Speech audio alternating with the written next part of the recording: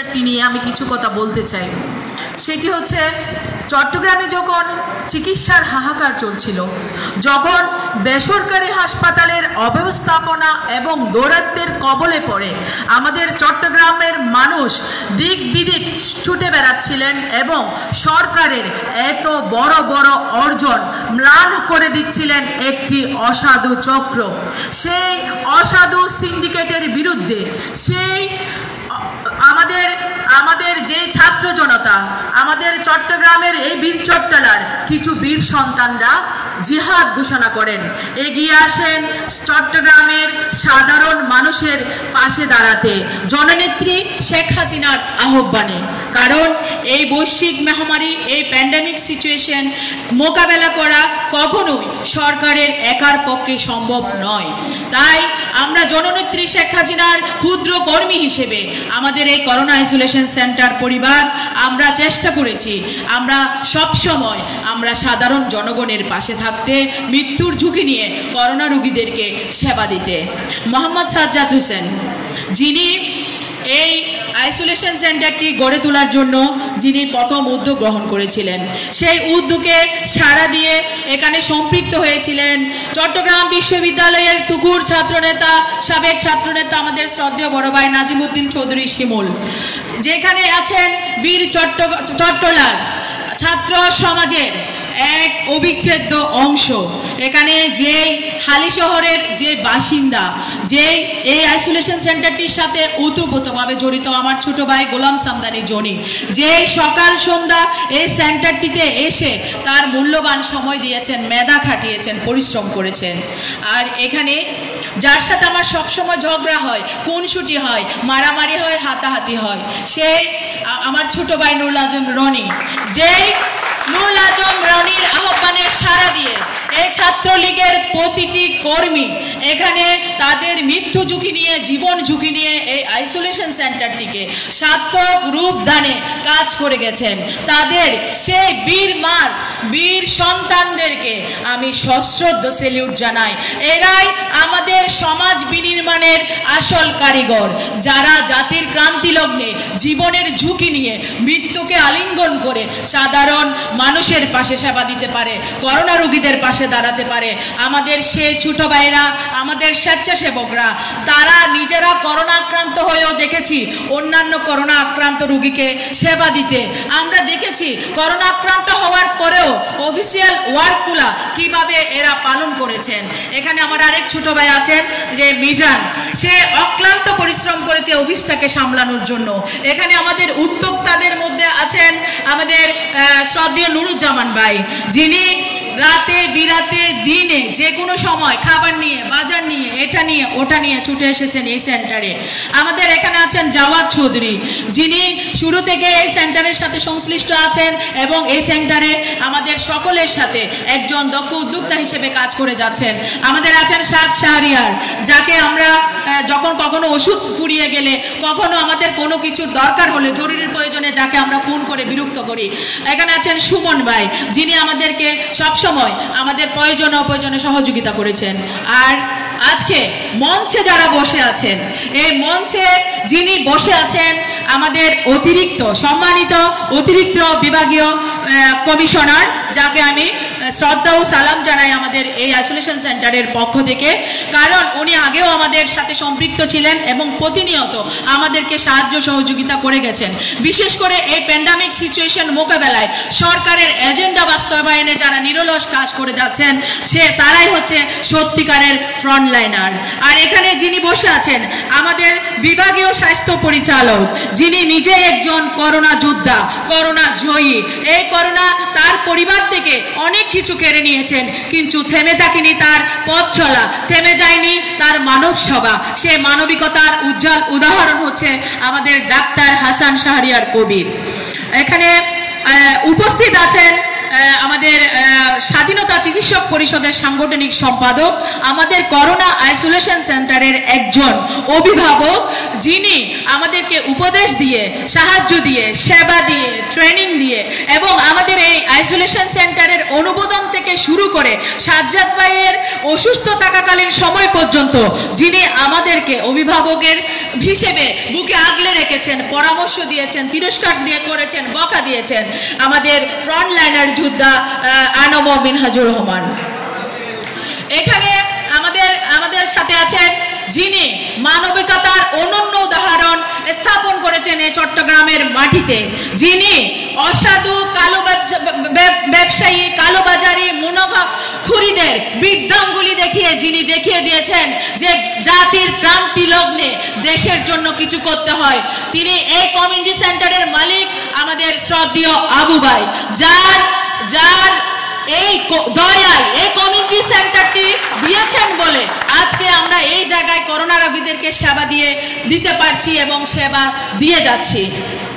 এখানে আমি কৃতজ্ঞতা জানাই আমাদের সাংবাদিক নেত্রী, আমাদের প্রিয় বোন, প্রিয় আপা রুনা আনসারী আপাকে, যিনি নিজের হাতে বাজার করে আমাদের করোনা আইসোলেশন সেন্টারের জন্য নিয়ে এসেছেন এবং আজকে এই বিদায় লগ্নে এসেছেন আমাদের এই অভিযাত্রী, আমাদের এই স্বপ্নের সারথি হতে। আমি ওনাকে ধন্যবাদ জানাচ্ছি, কৃতজ্ঞতা জানাচ্ছি আমাদের সমস্ত সাংবাদিক ভাই বোনদের যারা এই করোনা আইসোলেশন সেন্টারটিকে হাঁটি পা করে এই পর্যন্ত নিয়ে আসার জন্য অগ্রণী ভূমিকা পালন করেছেন। তাদের প্রতি আমি কৃতজ্ঞতা জানাই আমাদের ডাক্তার ভাইদেরকে, যেখানে ডাক্তাররা তাদের সেই মহান সেবাটি না দেওয়ার জন্য যারা চেম্বার বন্ধ করে রেখেছেন, যারা চিকিৎসা সেবা বন্ধ করে রেখেছেন, সেই চিকিৎসকদের বিরুদ্ধে যাদের এই মানবিক অবস্থান, সেই চিকিৎসক সমাজকে আমি ধন্যবাদ জানাই। বিশেষ করে আমাদের এখানে 12 জন ডাক্তার নিয়োজিত ছিলেন, 9 জন নার্স যারা এখানে সেবা দিতে গিয়ে অনেকে আক্রান্ত হয়েছেন, ডাক্তাররা আক্রান্ত হয়েছেন, তাদের এই আত্মত্যাগ জাতি আজীবন শ্রদ্ধা সরে স্মরণ করবে। এবং এই করোনা যুদ্ধে যারা প্রাণ হারিয়েছেন, নিহত হয়েছেন, অনেকে স্বজন হারিয়েছেন, আমাদের প্রাত্যপ্রতিম ভাই কিছুদিন আগে ওনার বাবা এখানে আইসোলেশন সেন্টারে ভর্তি ছিলেন, কিন্তু 2 দিন আগে উনি ওনার বাবাকে হারিয়েছেন। আমাদের অনেকে হারিয়েছেন স্বজনকে।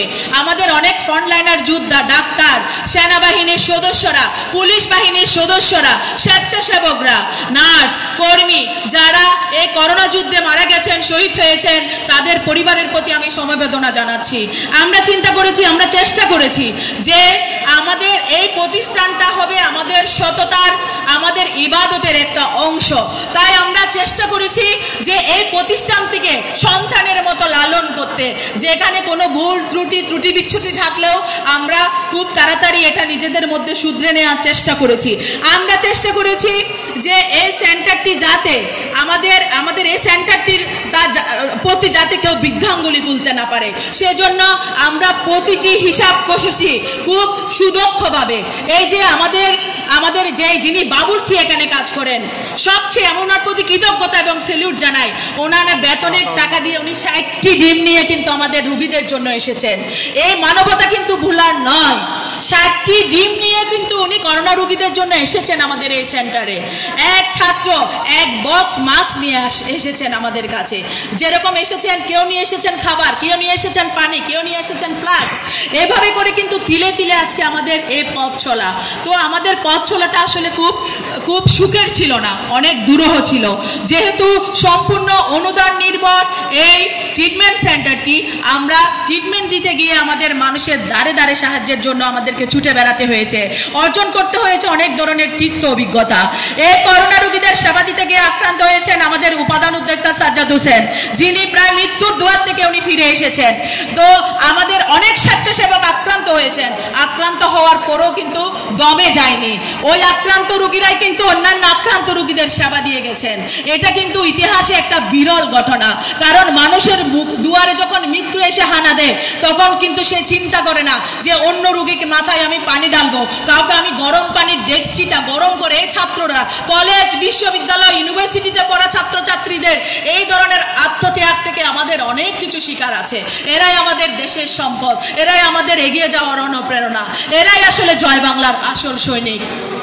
আমরা আজকে যে জিনিসটা আমরা আপনাদের সামনে উপস্থাপন করতে চাই, সেটা হচ্ছে যে আইসোলেশন সেন্টারটি আসলে আমরা বন্ধ করছি এমন একটি সময়ে যখন অন্যান্য আইসোলেশন সেন্টার এবং হসপিটালগুলো রোগী শূন্যতার কারণে বন্ধ হয়ে যাচ্ছে।